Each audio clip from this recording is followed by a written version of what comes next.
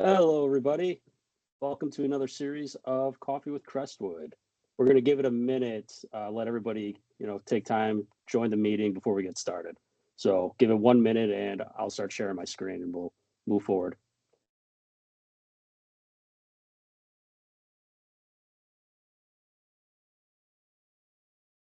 And while I'm doing that, you should be receiving a questionnaire through Teams as well.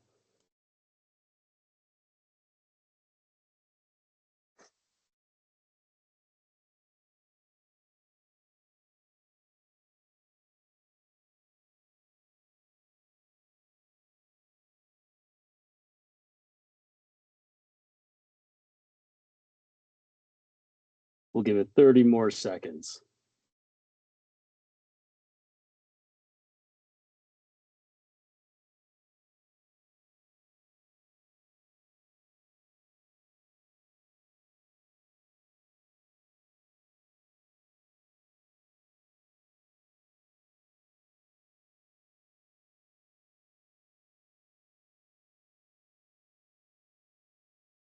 Okay, let's get started. As I mentioned, thank you for taking the time and joining us. Welcome to another series of Coffee with Crestwood. Today, we're going to be discussing effective ERP strategies to enhance your manufacturing productivity in Microsoft Business Central. Before the demo starts, I'm going to go through a few housekeeping items and provide some more information about Crestwood. So, a couple notes. Everyone has been muted for the meeting. For all questions, please use the Q&A section, and we'll address those at the end of the webinar. Again, thank you for being here with us. I hope you have some coffee in front of us. This is Coffee with Crestwood, so I hope you're utilizing that, and you do have some coffee in front of you. If you do not, there's no need to worry. You'll receive an email with a gift card at the end of this meeting, courtesy of Crestwood, and you could be able to get yourself a cup of coffee to get you through the rest of the day.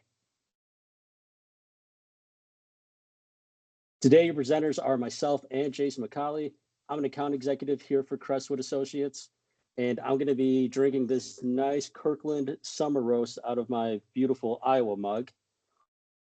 Jason, since he's going to be doing primarily more of the talking for the demo, he shouldn't be drinking any coffee because that might be a little tough on the ears. But I'm almost done with this PowerPoint, and I'll turn it over to him here shortly. A little bit about Crestwood. Some of you are familiar with us. Some of you are new to the Crestwood team. But regardless, I'm going to share some highlights. Crestwood Associates was founded in 1998 by Tim and Brian. They started an apartment here in the city of Chicago. Since then, we expanded our network and capabilities, specifically by joining the BDO Alliance. This strategic partnership was empowered us with access to a wealth of resources, best practices, and expertise, which allows us to provide more comprehensive solutions to our clients while maintaining our independence. With a commitment to staying at the forefront of technological innovation, we integrated Microsoft Dynamics CRM into our practice. This move was a pivotal step in enhancing our ability to provide tailored, efficient customer relationship management solutions for all our clients. As we continue, we have continuous effort to expand and enhance our services offering. We added Acumatica and Microsoft Dynamics 365 Business Central to our mix of ERP solutions. Acumatica, known for its robust cloud-based platform, provides flexibility and scalability for growing businesses. Meanwhile, Business Central offers a comprehensive all-in-one business management solution that integrates seamlessly with other Microsoft products. By introducing these two powerful systems, we strengthened our ability to serve a broader range of industries and business needs, ensuring that our clients have access to the best technology to drive efficiency and growth. Under the leadership of our CEO, Jason Schaefer, Crestwood Associates continues to uphold the values and standards that have driven our success over the years that Tim and Brian started. Jason's vision and commitment to innovation have allowed us to stay at the forefront of ERP solutions, helping companies not only manage their operations more efficiently, but also transform and thrive in today's digital landscape. As a trusted partner, we remain focused on delivering the technology and expert guidance our clients need to embrace digital transformation and achieve long-term growth. When it comes to implementations with Crestwood, we bring a lot to the table for our clients. We have consultants to train your team on how to use the new ERP. We have certified in-house developers to build customizations if ever needed. We help our clients migrate data from their old systems to their new systems. If a customer ever runs into an issue after they go live with their new ERP, they could always reach out to our in-house support. They are in-house and they are onshore. Lastly, customers can also utilize our private cloud hosting if ever needed. Now I'm going to turn it over to Jason McCauley to walk through Business Central for us. Thanks, Jim. Let me share my screen. And Jim, let me know when you're able to see the Business Central screen, if you don't mind. I can see it. Perfect. All right. Well, again, thanks, Jim. And thanks, everybody, for joining us on this webinar. I'm excited to show you some of the capabilities and functionalities of Business Central, specifically around the idea of being able to, we want to capture demand into the system. But then when we capture that demand in the system, then we need to know how to, do we have the inventory on stock? Do we need to plan for this inventory? What are the different aspects that we can take to make sure that we can, our Business Central environment is set up so that when this demand hits, we have the ability to effectively, in streamlined way, plan for this demand and then produce the finished goods and then meet and fulfill those demands at the end of the day. And so for today's purpose and for today's scenario, we're going to imagine ourselves as working for a manufacturing company, specifically a coffee machine manufacturing company called Brewmaster Manufacturing. And really what we're known for is producing high quality coffee machines. And one of our latest models, the Auto Drip, is in high demand. And we just received an order from one of our clients, one of our customers, the School of Fine Arts, and they need 20 units and they need it by next week. So there's our scenario for today of the demand. We have a customer who needs a certain amount of units by a certain amount of time, and we need to know, can our environment, do we have the stock available? And if not, how do we plan to meet this demand in a very streamlined and efficient way? But before we get into creating that demand, because there's several different ways that we can create this demand so that we can plan against it. But before we get there, I just really want to orient ourselves into Business Central, especially if you've never seen Business Central or you haven't seen it for a while, just to kind of orient ourselves where we're at, what we're looking at. And as we navigate through the system, hopefully maybe the dots connect for us. So when you first log into Business Central at the beginning of the day, right, you log in, you click the icon, you sip your cup of coffee while it loads, you're going to be presented with what's called your role center. It's your dashboard. It's this screen. And depending on the role that you're logged in as, currently I'm logged in as a manufacturing manager, the data and the information that's presented to me is going to be relevant for that role. So me logged in as a manufacturing manager, my items up here along with the navigation and all my aggregated data down here, the tiles and the action tiles and cue cards that I see are going to be relevant to the role that I'm logged in as. And what does this tell us? Well, for example, everything above this fold, everything above this line is all navigational. This is how we're going to navigate through the system. So we could look at production orders. We could look at sales orders or create sales orders, right? We could go to our journals and look at our different journals, maybe an output journal or an item journal, capacity journal, what have you. Different types of worksheets, whether we're trying to plan, request worksheets. So everything that's sort of grouped in a functional area related to manufacturing, we can find along the top. And then down here, think of these as bookmarks like you would have in your browser. If there's particular areas of Business Central that you go to quite often, well, rather than trying to navigate your way and figure out where they're at in this maybe grouped area, we just create a bookmark and they go right here. And then we have our quick actions that just allow us to, I don't necessarily need to go to the planning worksheet to see everything, maybe or the production orders, I can just create a blank production order right from this quick actions. So everything up here is navigational. And this is important to realize too, is that Business Central being built on a Microsoft stack integrates seamlessly with the rest of Microsoft ecosystem. So in addition to being able to navigate around Business Central, we can click this little waffle icon, and I can also quickly access all my different apps within the Microsoft stack. So I can get to Outlook from here. I can open up Word. I can open up a Teams. That seamless integration helps with a lot of the navigation, because at the end of the day, Business Central being part of Microsoft stack, a lot of this information that we could do right in Outlook, we can do in an app. We can pull this information over into Excel seamlessly and be able to work in multiple different environments. But down here is more of our informational. This is our aggregated data. So if I'm logged in for the day and I come here and I say, okay, here's a snapshot of what my production orders look like. I can see I have one release production order. Well, I'm able to click that tile and look at all my open released production orders. If I had firm planned production orders or even planned, which we're going to execute and initiate here in a little bit, this would tally up and I'd be able to dig into this. But if you notice that this tile over here is red, and it draws my attention to this tile, and what this allows us to do is not only does this just give us information of what the data is in the system, right? But we actually get to set up some different thresholds, maybe set up a little bit of a KPI mentality with it. So if I said that routings, which routings is the route that a manufacturing process takes to create a finished good, right? If I have a certain amount of routings that are still under development, I can set a threshold. But probably more relevant, let's just say that I have these firm production orders. We could set a threshold that says, as soon as we get over 20 unfavorable, or as soon as we get over 20 open, firm planned production orders that haven't moved on, that's unfavorable. And what it would do is, for this particular one, it would turn it red, just like this one is. And what that means for me is when I log in for the day, maybe I am not really sure what I need to focus in for the day. Maybe I have my task list is 3 pages long. I'm not sure what my priority is. But if this is red, and this means that I have over 20 firm planned production orders, that could indicate that I have a backlog. And then I could click open up at this tile, see what's going on, see what the different orders are, and then start to triage that particular area. So the role center, again, just to kind of orient ourselves, this is sort of our navigational dashboard, but also our informational. It allows us to have a great starting point into what we want to do, what we want to focus in on for the day. And all these are able to be set up with different thresholds and numbers and data to go on, and we can add to and take away. And that's, we won't get into that too much, but all this is personalized where we can hide certain items that's not relevant to us, because it's all about reducing the noise and increasing the relevancy. But if we would get back to our scenario, right? So we have this idea where we have a customer who's reached out to us. Maybe we sent them a quote, or they sent us a quote and said, we need 20 of these items and we need them by next week. Okay, now that's a demand. So let's look about how we can create this demand, actual demand. And then as we go through, we'll start talking about how different ways that Business Central interprets demand when it gets to the planning process. So our goal is to use Business Central to efficiently plan, produce, and deliver this order on time, while optimizing our resources and maintaining the standards of quality. So let's go ahead and do that.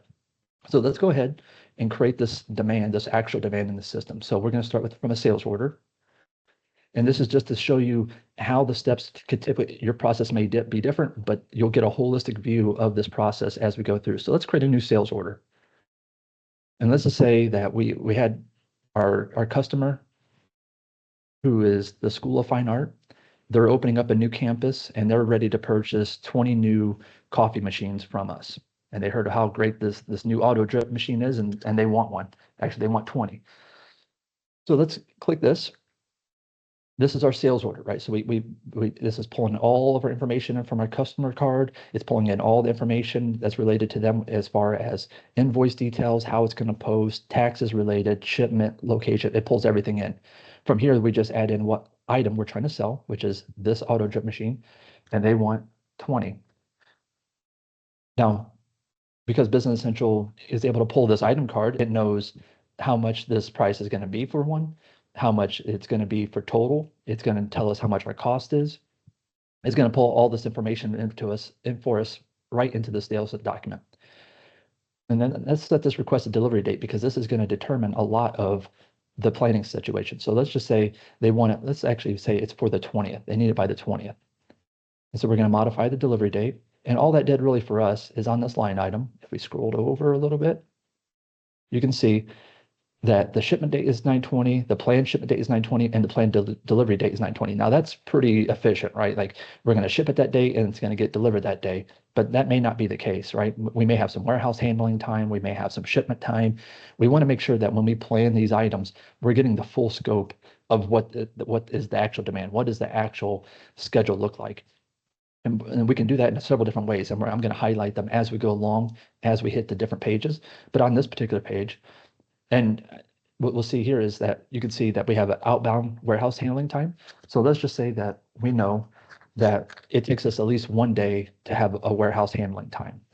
And we know, maybe we looked ahead of time and we know that this is going to be a 2-day shipping, not necessarily the same day delivery. We're more like Amazon with the 2-day shipping than same day delivery. So what does that mean for us?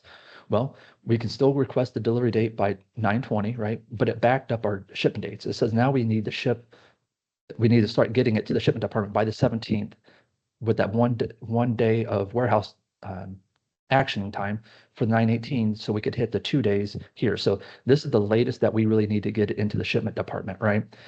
And one thing we can do here is maybe their date was even closer to it, right? Maybe their date was we need these in 4 days. Can we actually do that? Well, from a sales order, we have the ability to sort of plan ahead and run a what if scenario.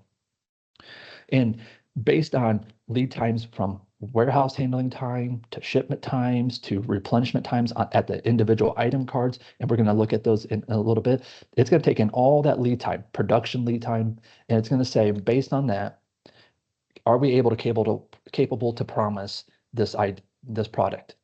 And it says we can, right? So it's going to say the earliest shipment time is 9/17. So it's calculating all that time up to that and say, as long as we have it by 9/17, which is still 11 days away, and we need to ship by the 20th or ship by the 17th so we can get it there by the 20th, and we can accept this.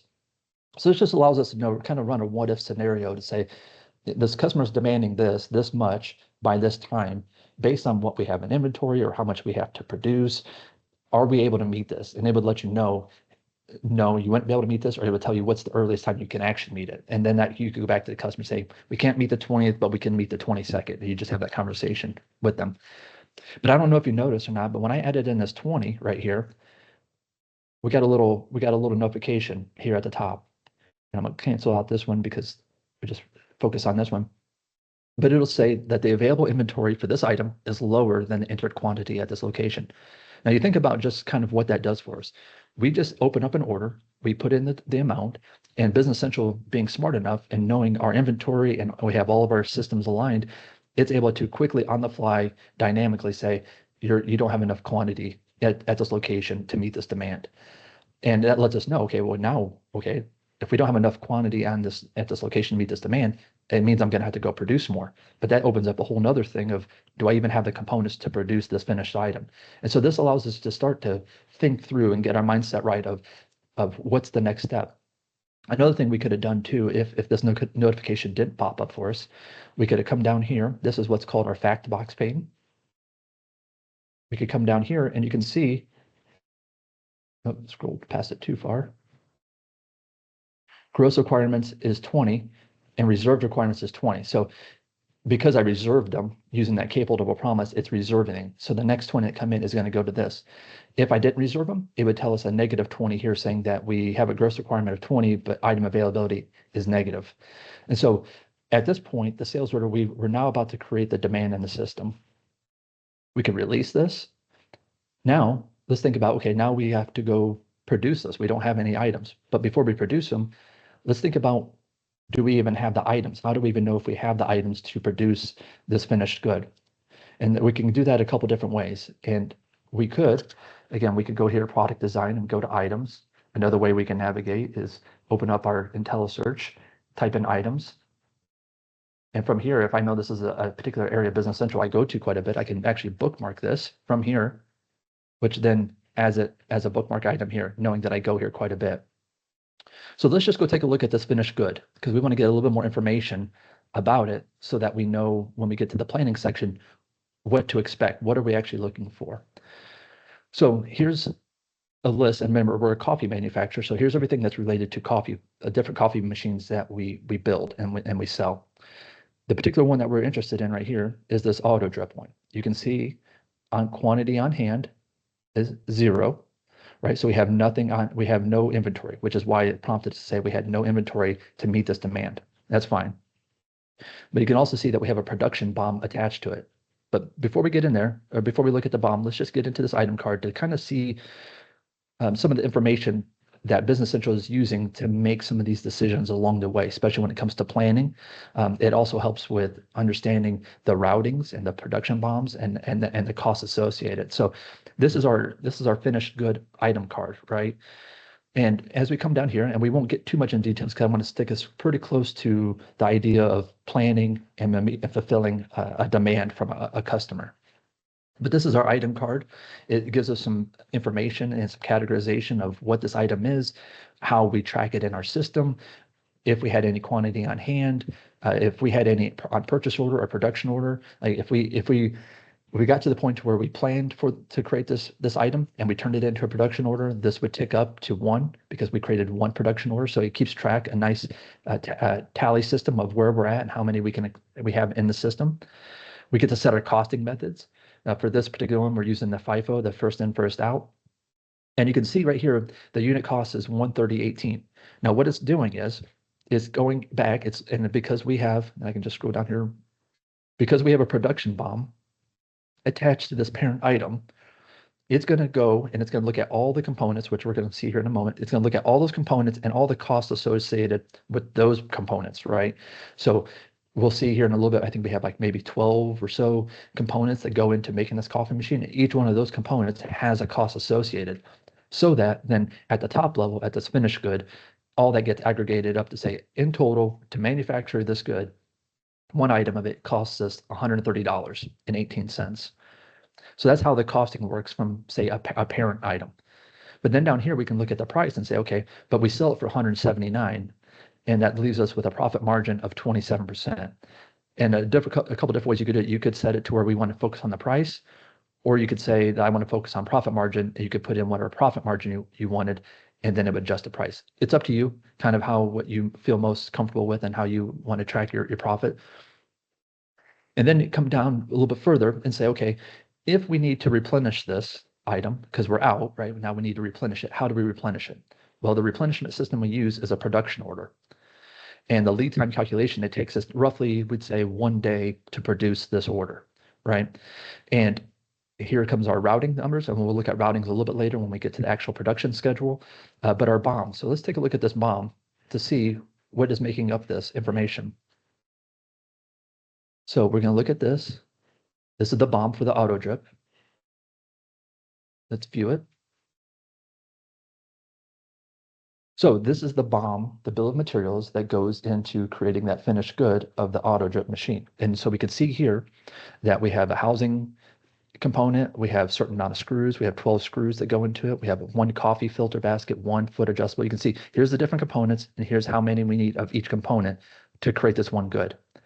Interesting to note here, and well, before that, you can also add in scrap too. So like if you have a certain idea of how much scrap percentage that you're going to track, you can add that in as well. What's interesting is that you don't necessarily have to just add in items. You couldn't have BOMs within BOMs. And so let's just say that this housing for this auto drip is actually a subassembly of the overall. So we have to put together the housing before then we can do the rest of it. You can adjust this to actually turn this into a production BOM. And as you create your production orders, it's going to create those linked sub production orders along the way. So it's going to produce the housing first, and then it can move on to the next area of the bill of materials. So just know you have that flexibility to have nested BOMs. You can have multiple levels of BOMs within your overall manufacturing process. But this is our BOM, and this is our BOM that we need for our particular finished good for this auto drip.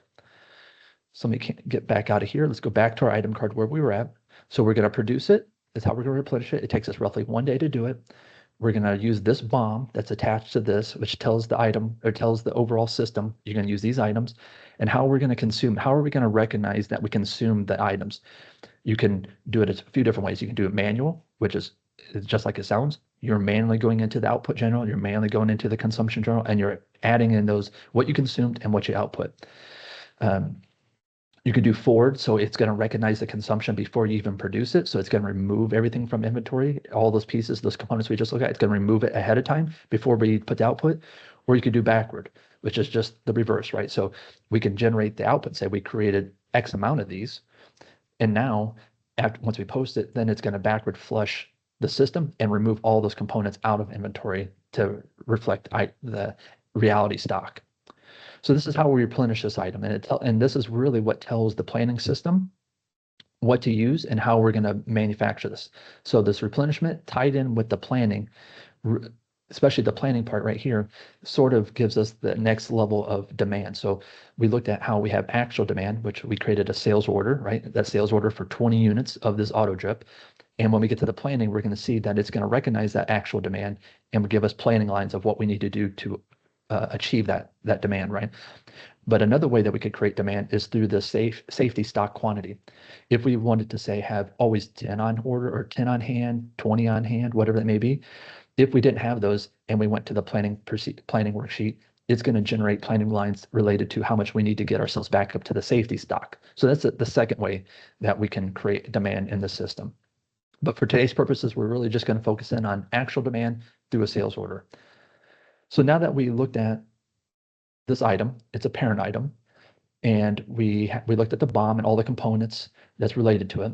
Let's just see how many can we actually make. So we're going to look at item availability. So we're looking at how much item of this is available based on the BOM level.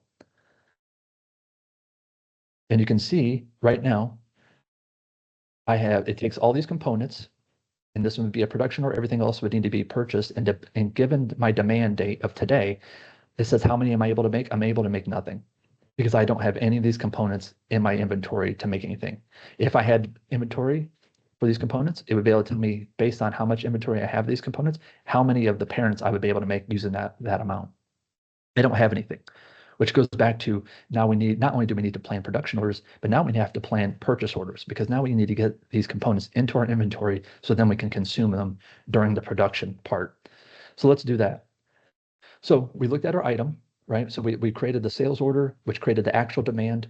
We got notified that we don't have enough items in our inventory to meet that demand. We got into this item card to kind of give an idea of what it costs us to produce this, what do we sell it for, the BOM that's associated. Then we realized, well, not only do we not have this item on hand, we can't even produce any because we don't even have the components necessary to produce it. So we need to do all that. We need to get all that information in. So how do we do that? Well, this is where the planning worksheet, and I'm just going to back out all the way to the beginning. You don't necessarily have to, but just to kind of give us a fresh screen. We could come here to worksheets. We can go over to planning worksheets. And you could create several different ones. I'm just going to use the default one. And we want to prepare.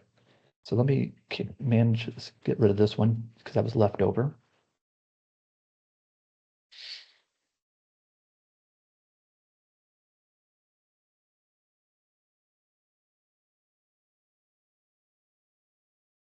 So you can see right here what it did for us. So we looked at the plan, and let me just go back here and just so we can see what we did here. We're going to run MPS, we're going to run MRP, we're going to say that the starting date is today, and we're going to look through the end of the month. We're going to look at forecast here in a second because that's the third way we can generate demand in the system. And we're going to exclude, if we run in the forecast, we could exclude everything before today, right? So we ran this, and it's going to look at everything that's actual demand, right? So we had that sales order today, and we needed to be due by the 20th. So that fits within this parameter. When I ran that, I said, based on that, here's what we plan. This is our recommendation. This is Business Central's recommendation. So it's saying that you need to create, this is the action it's suggesting you take. So a new product production order. And so it's telling you need to make a production order for 20. But not only that, in order to make that production order of 20, we also need the components to do that as well. So it's saying you also need to create new down here of purchase orders.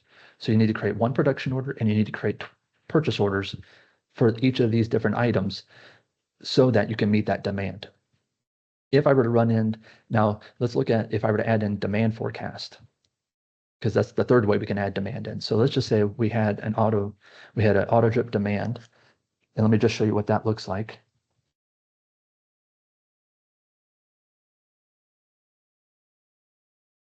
So we can just say, we can come in here and we can create a demand forecast of what we think we're gonna need or sell at various periods throughout our year. So here's the auto drip, right? And we can say that we expect to sell our demand at 41 in September, 31 in October, 40, and you can adjust those by month. You could go by week. So you could get a little bit granular. We think that we're going to sell this much this week, this week, this week, this week.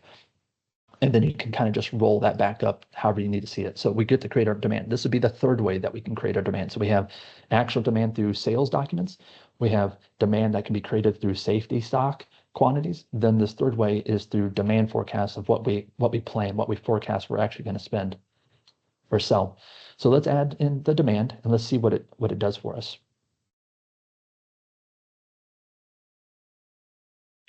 So you can see not only did it have our original production order up to 20, and then you can see all the ones that say 20 here are related to fulfilling that, but it's also looking ahead and saying, okay, based on the remaining 2 weeks left that we have in this month, you need to create another 10 to achieve that demand in that week, and you need to create another 11 or produce another 11 in this week to achieve or meet that demand that you forecasted.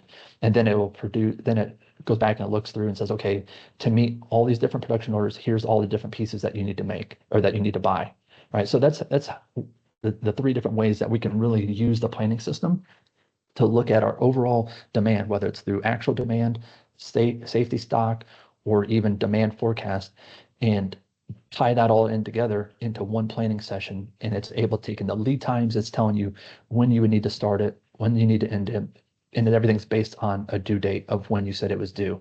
And it's going to take in all those lead times between producing lead times. If we had to buy these components, which we do, right? Maybe there's a vendor lead time that says, okay, if I want to buy the circuit board right here, maybe there's a 2-day lead time. Well, it's going to affect my overall planning session. And you can add lead times down to the item level of how long it does it take for you to replenish that item. But for today, I'm going to back out the demand forecast. So let's get rid of these for right now. Start fresh. We'll prepare. We'll go back into calculate regenerative plan. We're going to start from today. We're going to look through the end of the month, and we're going to plan based on actual demand. And so there's our 20. So from here, what we need to do is we need to look at and say, okay, now we need to create these production orders and these purchase orders. How do we do that? Well, you can see right here, this is our action message. And if we accept the action message, we put a little check in this checkbox so that when we come over here, we're saying carry out this action message. And for every time there's a check next to the action, it's going to do that thing. So let's carry out the action message. And it's going to say, what do you want to do? So for the production orders, we're going to create firm planned. And for the purchase orders, we're going to create purchase orders. You do have the ability to send these to a requisition worksheet. If for some reason the planning person is different than the purchasing person, you can just send these over to the requisition worksheet, and the actual purchaser can then go through and have all these lines over in their journal batch. But for today's purposes, we'll just create purchase orders. So let's click OK. It cleared everything out, meaning it handled everything. So what did it do for us? Well, for one, let's get back out to our dashboard because I want to show us our role center. You can see now we have one firm planned production order. Remember, we had 0 to begin with. This is our new one, right? This is the one that it just created. But if we try to create this and produce it, it's going to tell us we don't have any inventory on hand to produce this, right? Because we actually haven't bought anything, those components yet, which is the second thing it did. If we went to sales and purchases and we went into purchase orders, and we scroll down here to this last purchase order, this is what was generated from us from the planning worksheet. It took all of our needs, our planning lines. It looked at to see who the vendor was for these different items. Let's give it a little vendor invoice here. And then it's going to add all these line items. Say you need to buy this many of each to meet your demand, right? And depending on how you have your item card set up and who your vendor is, it's going to pull all this information into this document for you. We're not going to spend too much on this because this isn't really relevant for us, but let's just say we release it and let's post it. Now here is where, for today's purposes, we're just going to receive an invoice. So basically we're just going to say that we received these items, we've been invoiced. We're not necessarily paying the vendor, but we're receiving them so we can get them into our inventory.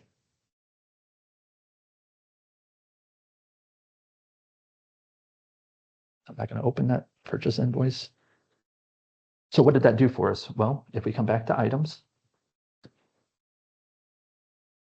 I clicked on items, and let me filter this down so we can see the coffee machines that we're really interested in. You can see we still have 0 of the auto drip because we actually haven't produced anything. But if we come back up here, we can actually see now we have 20 of the button.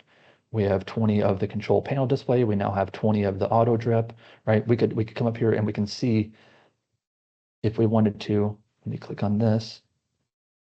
Item availability by BOM level. Now, how many can I make? I can produce all 20 because I have the components in my inventory to produce all 20, which is perfect. It's exactly what we want. So let's close this out, and now we're ready to produce. Right now we have our inventory in hand where we can produce this item and we can move on. So let's click open our firm planned production order.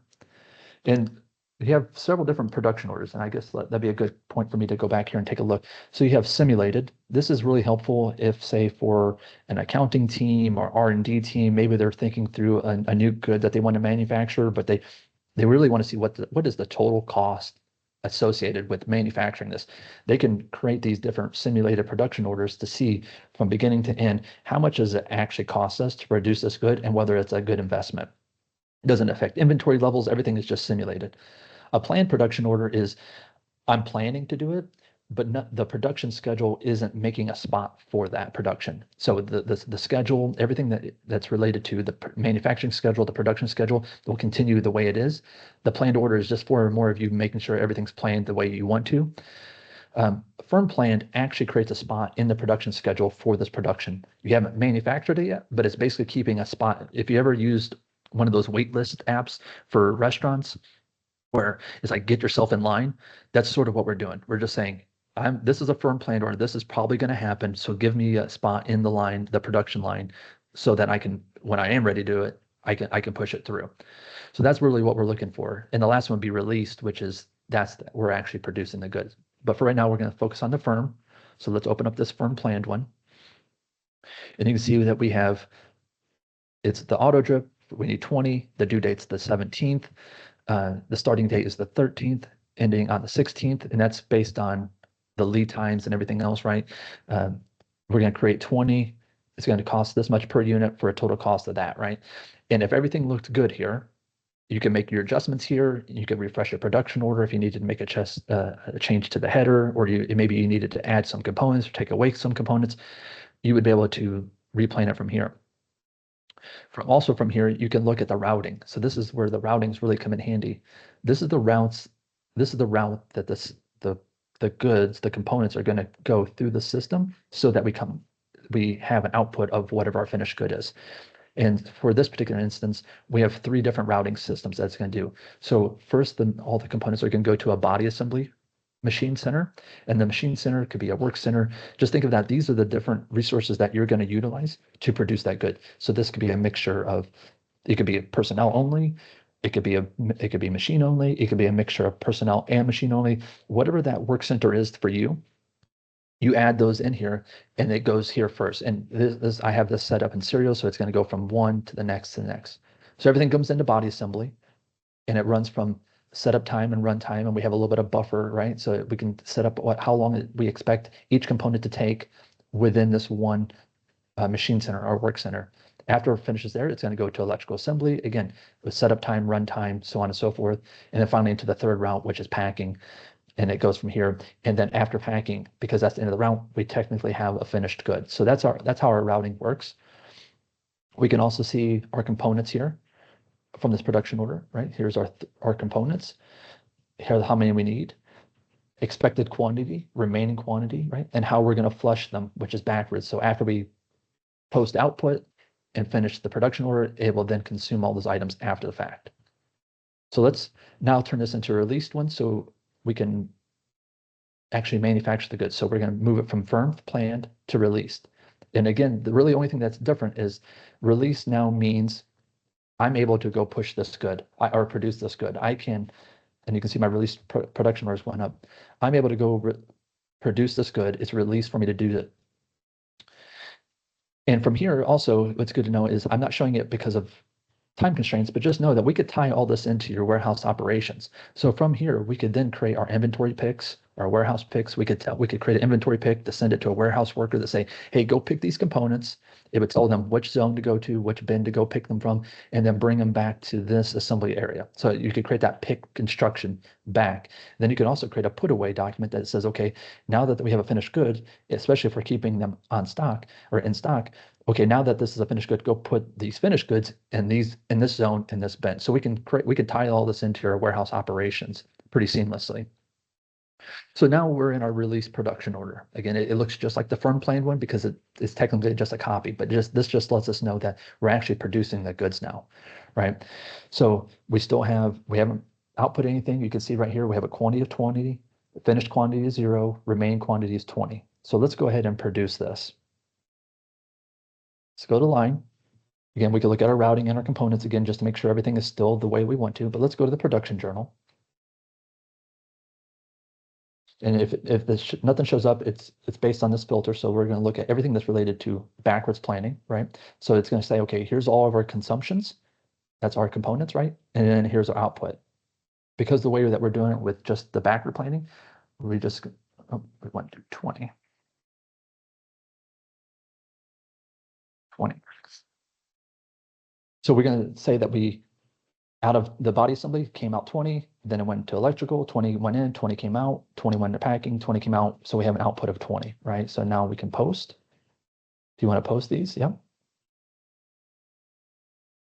Our consumptions haven't changed, and we know this too, because if we come back here and we go to components, before we do that, see, we have 20, finished quantity is 20. So we've finished 20 of these products that we needed, right? But if we go to here to components, you can see expected quantity is 20, remaining quantity is 20. Well, that's not truly the case, because we actually did consume them because we have the output, but because remember we're doing backward flushing, it keeps them in our inventory until we finish this production order, which we're going to do right now. So if we change the status from released to finished, you can see that there's automatic consumption and everything's been released. And this is a leftover one from a previous demo. But if we go back here and we go to items now,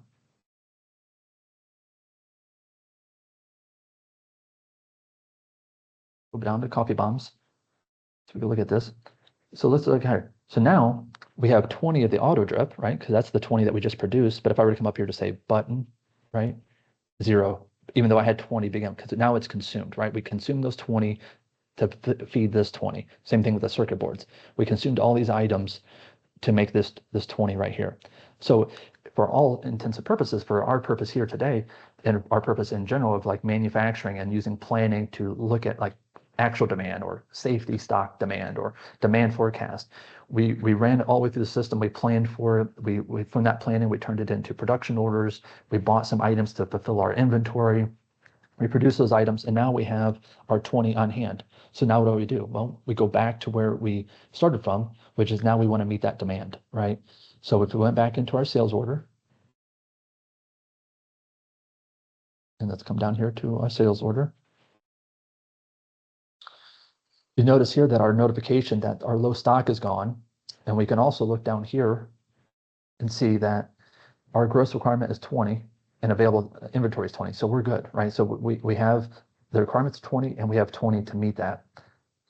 And from here, depending on your process and how you handle things, we could, and let me, before I jump ahead too far, let's just come over here. So if we come over here and we say, we haven't shipped anything, right? All we did was produce, and those items are now back. Now, depending on how you set up, those items could be back in their zone and their bin in the warehouse, or maybe the instructions were after they've been produced, take them straight to the shipping department so they can be processed for shipping and go out to the customer. Again, it's a nuance of your process, but either way, at some point they have to be shipped out. And you can see right here, quantity to ship is 20 because we haven't shipped anything, and quantity to invoice is 20 because we haven't invoiced anything yet. So let's post and let's just ship right now, just so we can see what it does. So we're going to ship those 20. And you can see my line items went from quantity to ship to quantity shipped to 20.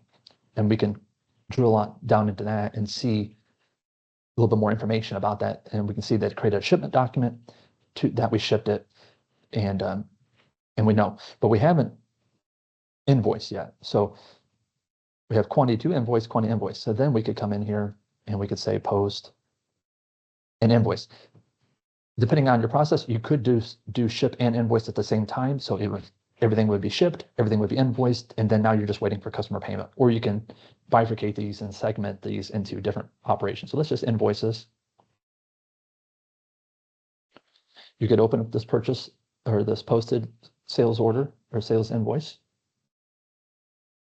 And this is our posted sales invoice. And we could get information about this auto drip, when it shipped, how it shipped, all the informations, shipping and billing, invoice details, so on and so forth. You could have all this information readily available to you. If you didn't click on yes to open it up, you can always get back into it from a posted documents page. But I hope that you see some of the the flexibility and also some of the power behind all this, because we generated demand in the system. That demand could have came in several different ways. We just looked at actual demand through sales orders, but it could have been demand from planned demand forecast that we set up ahead of time, or it could have been from a safety stock quantity that we want to have ahead of time. It could have been a lot of different ways we generated demand. But the point is that we had demand in the system. And once we had demand in the system, then we could go into our different worksheets, like our planning worksheet, and say, okay, based on the demand in the system, and it's looking at lead times, it's looking at replenishment requirements, it's looking at everything, generate for me a regenerative plan. I want you to create a plan that regenerates everything back into the way it needs to be to achieve everything I need. You run that, you give it your filters, it says, I would do these things. And you can choose or not choose to, or choose not to, depending on your process that day, whether you want to handle that or not. And then from there, it created the documents for us, which we produced all the way through. And so there's this idea of seamlessness, right?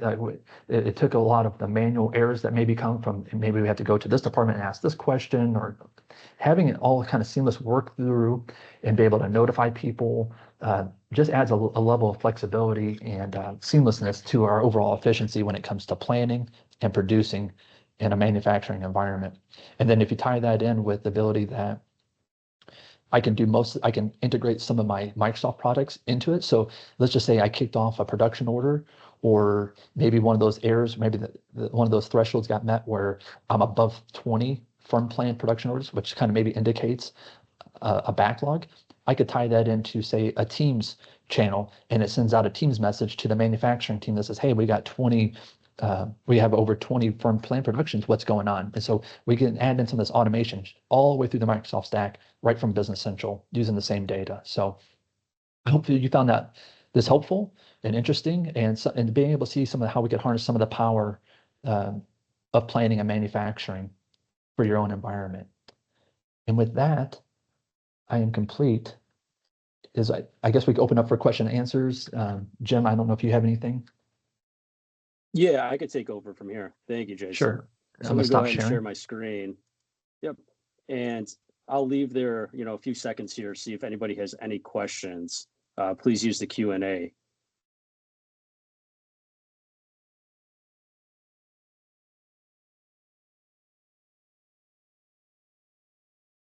Well, thank you, Jason, very much. He just went through MRP strategies with real-time insights through role-based dashboards, live reports, and inquiries with drill downs.